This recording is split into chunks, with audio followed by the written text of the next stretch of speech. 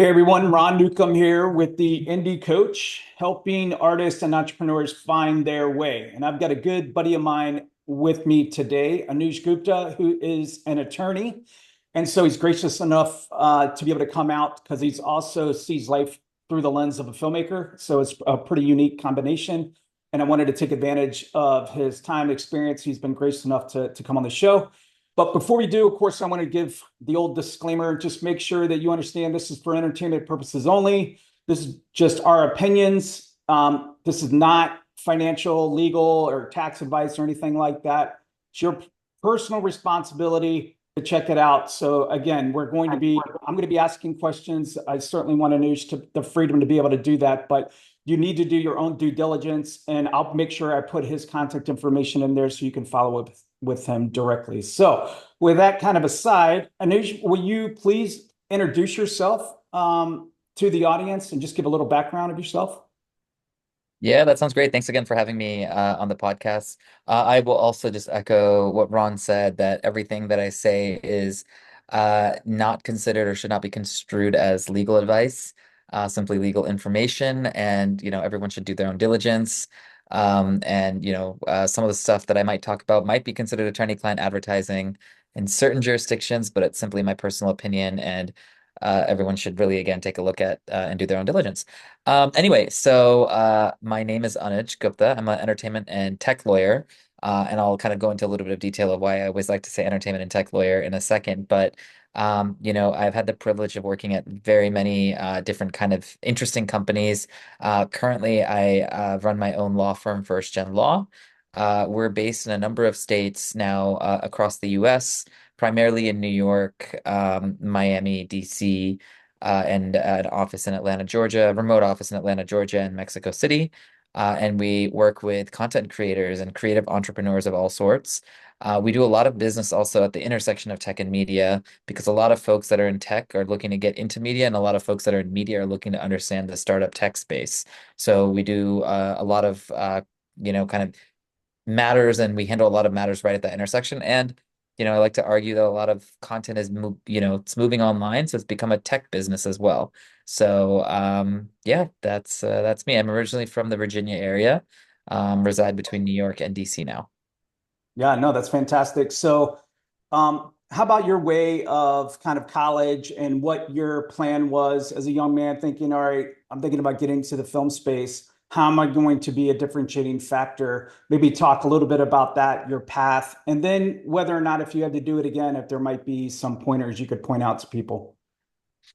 Yeah, I started my career at the College of William and Mary in I guess southeastern Virginia, and I quickly realized that while I liked the school, I didn't have the creative outlet that I was looking for, and realized I didn't want to just focus my career on political affairs and political science. I wanted to really focus on film and a different way of storytelling, right? In my mind, it was like, well, political affairs, a lot of it's really storytelling and connecting with an audience or a group of people that you may just not have similar values or not have similar ways of growing up culturally.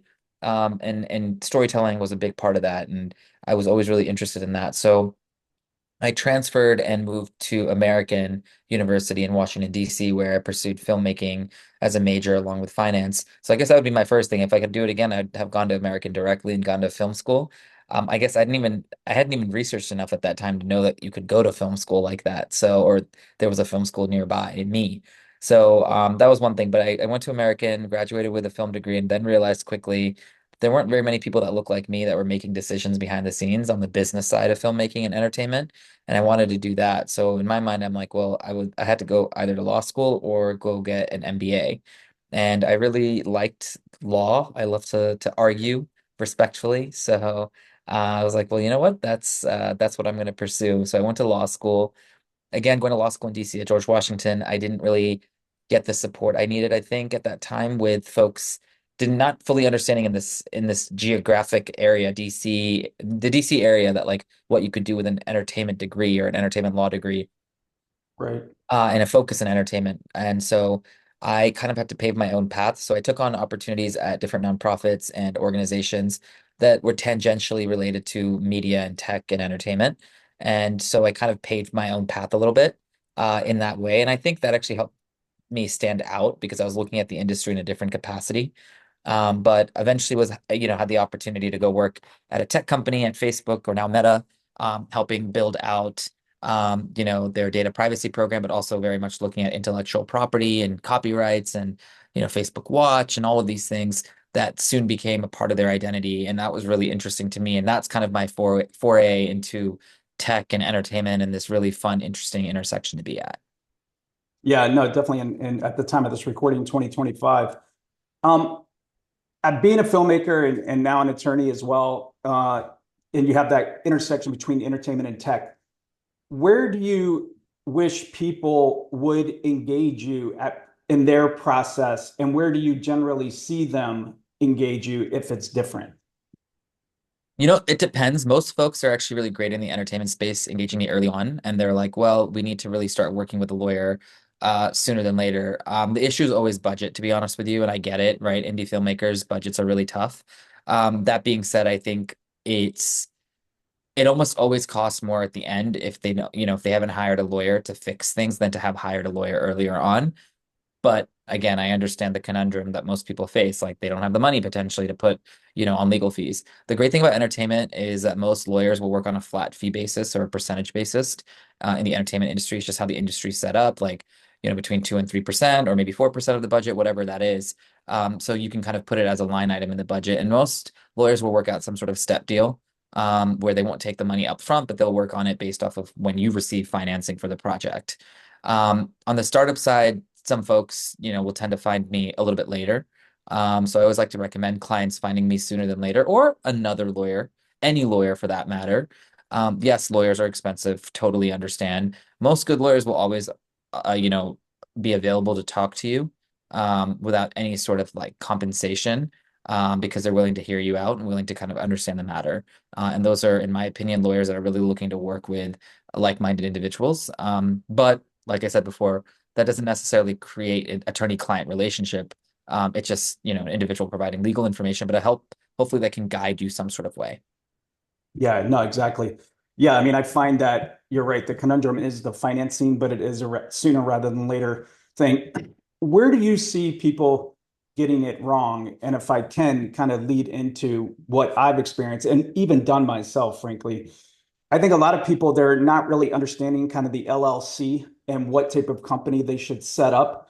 In Mhm. fact, if I'm saying it right, an LLC should be, if you do it traditionally, you have active members that actually should have voting rights within the company if you're not doing like a PPM. And most people, they don't do that. And they just create an LLC. They bring in what they believe is passive money. But Mhm. that's really not the way it should happen. A true LLC should have active members. If not, then you go to a second type of LLC, and that creates where you have A shares, B shares. The owners have B shares, they get the voting rights, and then the passive investor gets A shares. But you have to have a document called a PPM, or a product placement memorandum, which is expensive to do. And then the last one, generally, and there's definitely more than this in other types of companies, but the general way I've seen filmmakers do it is then through a fund. And again, a fund, people kind of get that wrong too. They kind of think about a fund of funds, like giving money out, and a slate. We all call it a slate, but really that requires even more diligence on the attorney's part, a PPM document, and what's called a limited partnership agreement, an LPA. And just to give like ballpark pricing, and I know you correct me if I'm wrong here, but again, consult with your local attorney or call his firm. It can be around like 20, $30,000 to do these documents, and people really don't understand. That's why people mostly kind of avert them. But I also found, and again, this is coming from experience, when I did my own LLC, I didn't have active members when I really should have. Now, thankfully, they were family and friends, and we did good, so nobody complained. But you find yourself in a conundrum, and I hear people doing it now. Uh, uh, if you A document is only as good as it's able to be defended. So no one's really going to have a problem when things are going well, but when things go bad, how's that interpreted? So kind of with the LLC structure, without deep diving too much, but do you kind of see the same thing and kind of the mistakes that basic mistakes people have kind of put misinformation out there, and unfortunately, a lot of LLC sole proprietors are doing it not in the proper way? Yeah, it depends. I do recommend these are complex documents, they're securities, right? You're giving up certain portions of your company for interest, and that falls into a pretty regulated area of the law. So when folks try to do it themselves, they can get it can get a little confusing. I mean, even for me, right? Like if I don't have the full picture, it can be very confusing. And I always put myself in that perspective that if I wasn't a lawyer, I probably wouldn't even understand how to do some of this stuff. And then it varies by each state and different regulations and different industries. So I always recommend, at least getting that consultation with a lawyer who can help you. And it can get, again, very costly and expensive if you don't do it right the first time. So yeah, I generally think, getting that lawyer or, if you don't have the money, maybe, it's kind of the world telling you like you should put pause on it until you can raise that capital, hire a lawyer, and then you get to a position that you can start this process. Because then you also fall into issues with accredited and unaccredited investors, Yeah. and how many you can have per law. And, so there's a lot of these other things that, you just want to make sure you don't you're not breaking the rule unintentionally by doing this. Oh, sorry. That's those are kind of my recommendations there that really just take the time to, do enough research online. After that, if you don't have the budget, hold off or find the budget to hire a lawyer, at least for an initial consultation. And then if it looks like it's going to be too complex, make sure have enough capital before you go ahead and kind of go through this process. Yeah, exactly. Because you don't want to, someone taught me this, you don't want to learn on an attorney's dime. They're willing to teach you, but try to do your diligence Well, and they're on. going to charge you a lot more when Right. you're learning on an attorney's dime. So, I agree 100%, and it's not something that you want to get stuck having to do cleanup work with a lawyer, because the lawyer now then has to understand exactly what happened and then correct it versus having just done it in the first place with you. And they're going to Right. almost always charge more because they have to take the time now to understand the issue, and the problem plus fixing it. Yeah, no, definitely, unfortunately have been there. You asked one of the things that I think, again, in our day and age, really we're all exploring, and that is the collide of media and tech. If you had a crystal ball, I know it's a hard question, but I'm going to tee it up anyways. How do you see the industry evolving kind of at this moment in time as it relates to technology, kind of where we're at, where it might be going? You've also worked with some really cool um, companies that have paved the way for new things, kind of new storytelling, and they took some chances. And maybe it all didn't flesh out exactly how they thought, but they were able to pivot in such a way. So I just find some of that stuff really fascinating. And you were kind of at the tip of the spear there with some of those. Yeah, I mean, I think we all kind of saw it play out publicly with the strikes, and a lot of it being attributed to the AI and AI's kind of um, participation in the industry. I think we would all be fools to not consider AI is going to be some part of our industry and just forget about it. I think we have to recognize that it's here and it's coming for us. How do we best kind of utilize it to our advantage versus, hey, how do we just not think about it and try to get rid of it? It's not going to go away. And No. I don't think it's kind of like, when people were selling NFTs, which I think largely no one is selling anymore. I think this AI is definitely going to stay in some capacity. How do we best leverage it is going to be really what I think the next 5 to 7 years are going to show, even sooner than that. And it's already happening. I see a lot of people using that as part of their development process, for example. And it can do some remarkable things at half the cost. So it's worth it if it makes sense. So I think that education around that is going to be important. I think still very much another part that we have to try to understand is like, this is an industry. There, a lot of people are trying to make their livelihoods here. How are we going to use technology to best adapt and still get people paid, right? Like people are struggling. I know a lot of clients, I know a lot of folks that are saying that they don't even have jobs in the industry anymore because of the way that the industry is moving. And ever since the strikes, things have very significantly slowed down. So, I don't know exactly, I don't have a crystal ball, but I can tell you AI is going to be a big part of that conversation. Yeah, even with isn't it Lionsgate that said, "Hey, we're going to engage with Runway and kind of see where it goes," and people are up in arms. Yeah, everyone's gonna test it out, right? Everyone's gonna, and there's no reason why they wouldn't. But Do I think it's going to take over our jobs? No. Do I think it's going to take over the industry? No, because I think one thing that AI doesn't have is EQ, and I think that's equally important.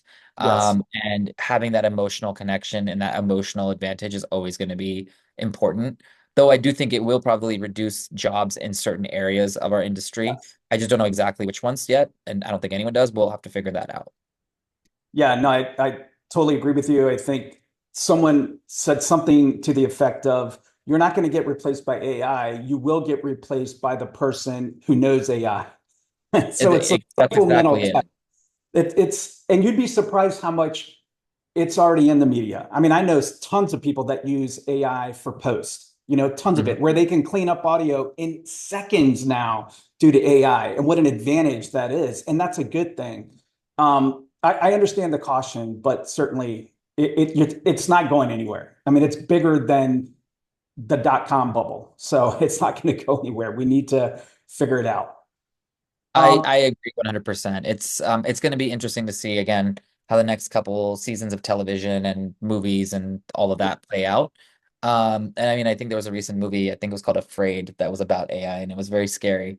But it's worth checking out because part of it, it's a dim outlook on just AI, and it's kind of I guess it's kind of overtaking society. But then the other part is like it seems so unrealistic that some of it probably will not happen ever. So we'll see. Yeah, yeah. No, we definitely will see. And it's interesting that some of the subject matter experts are yielding caution, so there is a Yeah, cautionary I mean, playing out. They're even saying, hey, we need to slow it down a little bit. So that is kind of interesting. And it's hard for the storyteller in us to not go to a place of like, oh, really? Okay, we're well, I Terminator. think Musk is very, he was very outspoken saying like we need to figure out how this is not going to be used for bad and evil.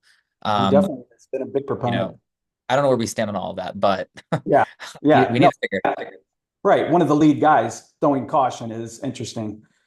Um, as a entertainment attorney, and now you have a good firm that is well represented throughout the states, where do people normally engage you? Is it, and maybe where do they and where should they? And I know we talked about sooner rather than later, but do people engage you with, hey, can you help pitch this TV show for me? And they're coming at the pitch stage, or do they come to you and say, hey, can you help me attach Denzel Washington to this project? Can you go to the casting director? Or do they come in, they've got a film in the can, and like, hey, can you help me find distribution and broker that deal, and maybe even speak to the studios or streamers on my behalf? Um, I was Mhm. really interested in realizing that I was spending so much time finding an agent, and I finally had a friend of mine that worked at a law firm in LA, and they were like, we can do that for you. I was like, what? Mhm. So I would love to get your perspective on kind of where you're at and where people are utilizing your firm and where you would like to see them utilize your firm. Yeah, I think you kind of laid out all the areas that we assist folks in. Of course, we have the just traditional like legal relationship with clients. It's hey, you have a client matter, you want us to review a attachment agreement, option agreement, production services agreement. We'll review those. Sometimes clients will come to us earlier and say, hey, we need help in developing the project. Can you review everything, make sure on a legal side, on a legal basis, this looks okay? But we also need assistance in finding a line producer, someone who can create a deck. And because with the resources that we have, we're able to connect them. That's not necessarily legal, but we can come in earlier. And then some folks are like, hey, we need help submitting projects, which we can do. A lot of networks won't even talk to folks if they're not having projects submitted through an agent, manager, or a lawyer. So we're Right, able to take that role on. And then finally, the last one is if folks are like, hey, we need help with distribution. Can you help us? We're also able to assist through First Gen Studios, and First Gen Studios kind of acts as our conduit of, like business affairs, I would say, really helping manage the packaging of a project. In those instances, I always like to tell clients you need one of three things. You either need distribution already attached, and we can help you, like an MG, and we can help you with the rest of it. You either need some talent attached, and then we can help you with, distribution, or you need the money, right? And if you have the money but you don't have right, talent and distribution, we can help you with that. If you have right, neither of those three, right? If you don't have distribution, any distribution locked in, money or talent, it's gonna be very hard for even us to do anything. We're in the same boat as you are then. So right. we usually can assist folks if you have one of those three. and hopefully accelerate the process. Some of our clients will come on very early with just a log line, and if it piques our interest, we'll kind of come on board. Sometimes they come on, would they already have a fully shot project and they're like, we need help now on next steps. We don't have the right connections, and we're happy to help there. But we're pretty full service, so we can assist in a lot of different capacities there. No, that's awesome. Um, in an ideal case, and based upon your own experience and lights, do you have Mhm. an ideal project that if it teed up and came to you, be it genre type, episodic, or I would love to have it like this, like having all three of those. Like I'd love it to have some capital, maybe 30%. I'd love to have at least one name that's bankable. I'd love to have some type of distribution, either locked in or a sales agent. What makes a project for you to get excited about it? Either of those options, but sometimes the story is what excites me, right? If it's a really good story and you have the right team telling that story, that's really good too. But if you're looking at like hard KPIs or numbers, right? If you have everyone is buying projects that have some sort of celebrity attachment to it, those are easier to sell just because you've gotten the buy-in of someone relatively well known in the industry. That's always great. If you have all the money, that's great. Sometimes self-financing is not the best way because if you have all of the money through self-financing, that doesn't necessarily help get the attachment or the distribution. It probably is easier to get the attachment. The distribution is going to be difficult because, you know, a lot of a lot of the business, and it's hard for people to, sometimes it's hard to kind of grapple with, but it's about selling your project and like whether the industry wants that project right now. And if you self-finance it, you're kind of telling the market that like, hey, we haven't tested this product outside of us right now, and we're emotionally attached. That's why we're going to self-finance it, me as the creator. But if no other investor has come on board or I haven't tried that, maybe the industry just doesn't want this project right now. Right. And if that's Right. the case, then why are they going to distribute the project as well? That's going to be difficult. Now, of course, if you have the money and you have talent, you likely can get distribution. But if you're able to get money from someone else or a distributor or a network or something, you're kind of signaling to the market that there's a need or desire for this project, and that's just equally as important than a celebrity attachment. So sometimes not. So sometimes self-financing your project is not the greatest way. So that's kind of the recommendations I would have. Let me think if there's anything. Yeah, that would be it. Those are kind of what excites me. I would say distribution is the most difficult in my opinion. And if you can get distribution lock where someone gets excited and they're willing to, say, hey, we're going to distribute this project in the future. If you get the money and you get your talent, that's amazing. Yeah, no, that's definitely awesome. And of course, for the listeners, filmmakers out there, there's domestic distribution, which can be the States, and sometimes it'll include Canada. And then there's the international market, where you have sales agents that go to all the markets and really focus on that. Just about 5 years ago, it was 60% ROI from domestic and 40% overseas. It's switched and continues to grow. It's now 40% domestic, 60% international, and it just keeps going. Particularly in China's number one, and they're going to outpace us with theaters opened. And of course, India is number two. And their consumership, now they do a lot of local stuff. We all heard of Bollywood and stuff. And what was the film RRR on Netflix? If you Yeah. haven't seen that, you definitely need to check that out. I had not really seen a true Bollywood film, and not that that's full on Bollywood, but it had some Bollywood-esque elements in there, and it was just fantastic. A long film, but it did not feel long. I was super impressed, blown away by it. In fact, great storytelling, and we're seeing that happen continually globally. What are you kind of seeing, perhaps kind of on the global stage, where us indies need to think globally, be it in partnership, co-productions, or utilizing services overseas, or even thinking about selling it internationally? That's one of the reasons why I like fantasy and sci-fi. Every culture enjoys fantasy and sci-fi. Every culture has a dragon. So, any thoughts about kind of the global stage, the global market versus where we were even 5 years ago? Yeah, I mean, I think the international market is equally, or if not more important than the domestic market. So much consumption of American television and film outside of the US market that those are just equally important. And again, maybe even markets that you're looking at in more importance. A lot of action heroes, superhero movies, those are so important internationally. And then sometimes, very poignant topics in the US do really well internationally as well. So it just Yeah. has to be part of your strategy. If you can find a distributor or sales agent that can help you really maximize the markets, and whether it's, universal buyout, or if it's, they break out all the domestic territories internationally and help you that way, you can get some really great deals. And then also, I think one thing I always recommend is looking elsewhere to film and shoot a project, because there's some Yeah. really, great tax incentives and credits internationally. And if you can leverage those, um, those are great. I mean, in particular, right? If you look at France, filmmaking is like state supported there, right? Which Yeah. is great. And if you can understand the logistics behind that, they're giving money Yeah. to projects that have, 50% of at least French citizens on the project, or folks Right. that live in France. So you have to do a little bit more research, but there's a lot of different ways you can, get money. I just realized recently, New Finland, if you do post there, they give you your tax credit back within like a month. Oh If you my film outside gosh. of Vancouver, yeah, if you film outside of Vancouver and at least 50 miles outside of Vancouver, you can get 50% of your budget back in 2 months as well. Again, these are older updates. They might be, you have to look in the details, but there's so many Yeah. of these like different credits that you can do if you just move your production into smaller local territories that are really looking for production. Yeah, no, exactly. And even going up to, let's say, Canada, you're looking at the how is the dollar doing? So that's another Exactly. That's another point. Exactly. yeah, I've got friends in Croatia and Serbia. All of them are begging me, Norway, come on over, man, do it here. I want to take my wife on a trip to Iceland because, frankly, I want to, I love fantasy. I want to scout the area. So I reached out to their film commissioner, and he was like, "Please come up. I'll show you around." So, Everyone wants that, right? Even small towns in the US could be really great opportunities. Will they give you a lot of more bang for your buck, essentially?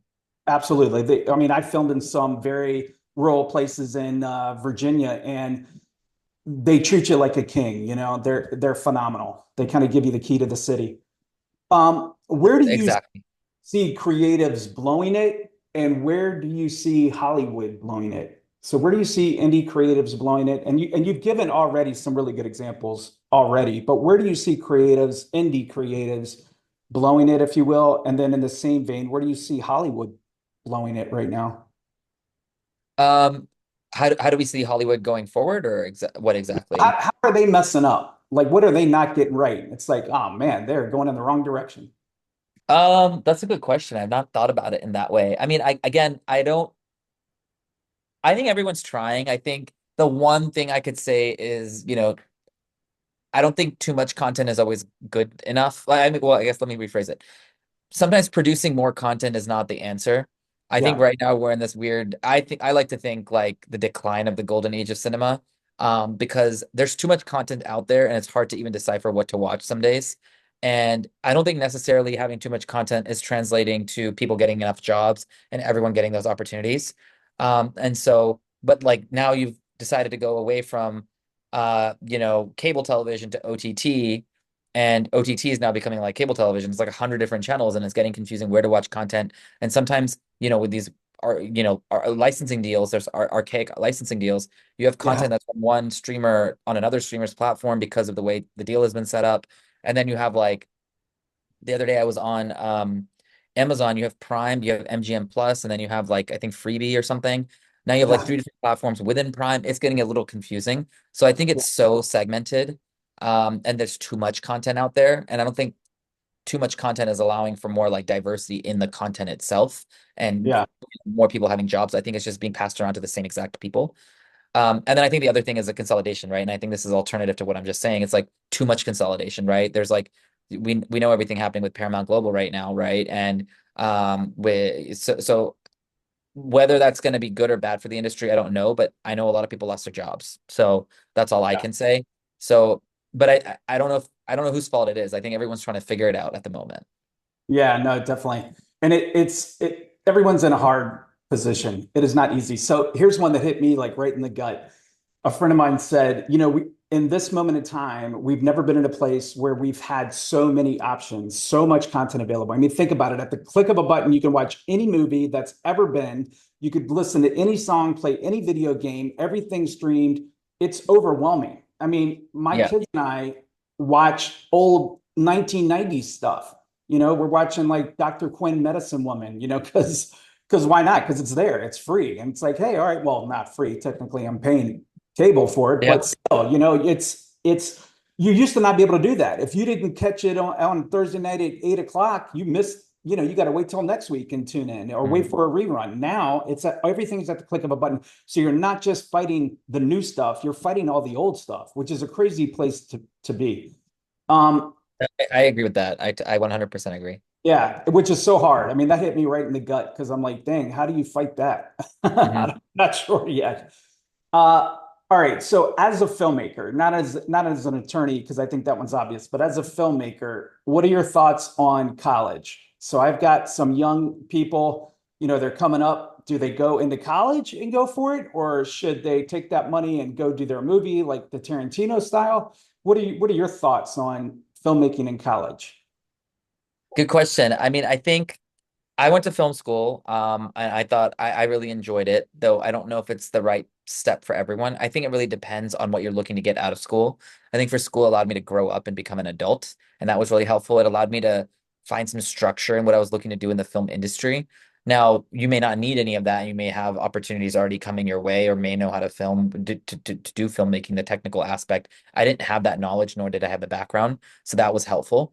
Though if it looks like it's going to be at the cost of having a significant amount of debt, maybe it doesn't make sense in spending, the potential $200,000 on school on real life learning and moving to California, for example, or New York, and spending a couple of years out there and just making it. And that's always helpful. That all being said, I think there's also something to say about the relationships and the networking that you can do at these universities. So if you Yeah, have the opportunity, maybe getting a scholarship or whatever, or maybe not going to a super expensive film school, I would say go, but it's not the only way to kind of make it in the industry as we know it, right? There's so many people not doing that and then super successful still. So things have changed and you don't have to go, but there were some other tangible benefits that I had the opportunity to go and under the reason that led me to film school and then eventually law school. yeah, no, awesome. I like to ask this question, man, because you've been at it now for a while, and we've been connected now for a good bit.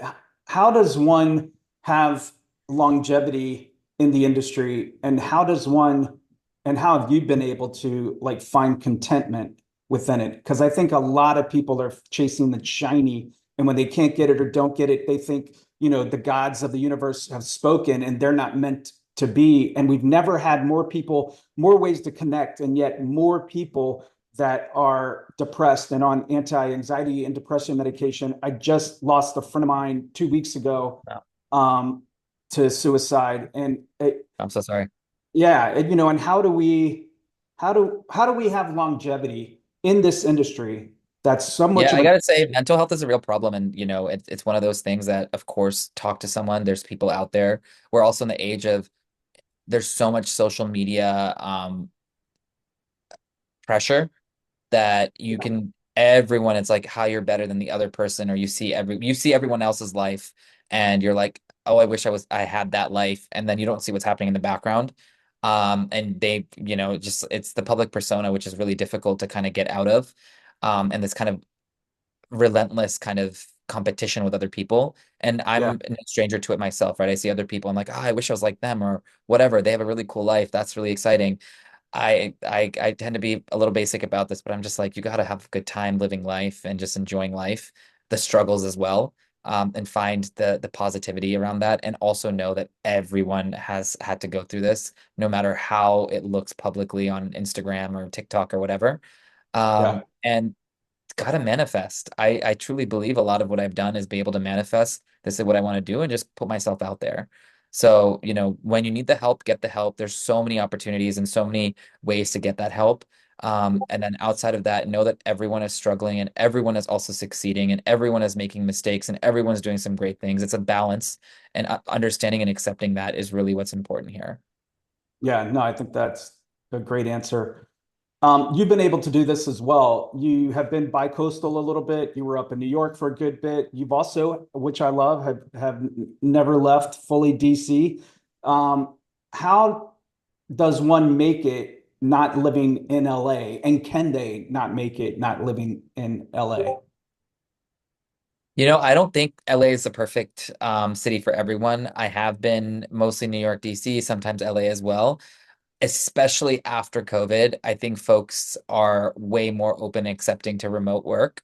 And this also allowed communities that otherwise weren't entertainment type communities or areas to blossom a little bit. I like to think DC's like that a little bit, maybe not exactly like that, but it is, hopefully getting there. But I think if you're open to traveling there when needed for work, but can kind of do business outside of it, you can do it. I do that a lot, and I've been remote for a long time, but I have a place in various cities that I'm able to go to when needed and meet folks and whatever when needed, and it's worked out really well. Now, obviously, I want to recognize that I was able to do it with some of the means that I have, and not everyone may have those means. So, not doesn't work for everyone, but if you're able to find an opportunity in a place that you like and you don't want to leave, and it's not your typical New York or LA, you can still do it. Just find that local community of creatives. I will also say that the entertainment media community has been growing outside of those two cities now too, right? There's a huge Yeah. community in Atlanta, Georgia, Nashville, Yep. and obviously Toronto, Vancouver. So there's a lot of other cities that are growing in that sense. Austin is really big in tech and media as well. So Yep. take a look at those markets too. There's a lot happening there as well. Yeah, absolutely. I don't know if you saw where there are two studios being built in New Jersey. I saw So that, right? Isn't Netflix building one of their studios or Netflix is a one. Yeah, exactly soundstage? right. Yep. We'll see what happens. Fingers crossed. Yeah. Uh, where can people find you if they wanted to reach out? What would be the best way to connect? Yeah, feel free to reach out to me via email. My name, ANUJ at firstgenlaw.co, or our website, firstgenlaw.co. And feel free to, reach out if you have any questions. I'm happy to answer them, guide you to the right resource or person, and go from there. Awesome. Perfect, man. Well, you've been most kind. I can't thank you enough for the wisdom and the time. And I appreciate you all watching or listening. And don't forget to like, subscribe, and leave a comment, of course. And let me know that you're out there and that it's not just us two talking. Of course, helps channel. But I believe we are good to conclude with my buddy. And until next time, remember, nothing is wasted. Thanks so much.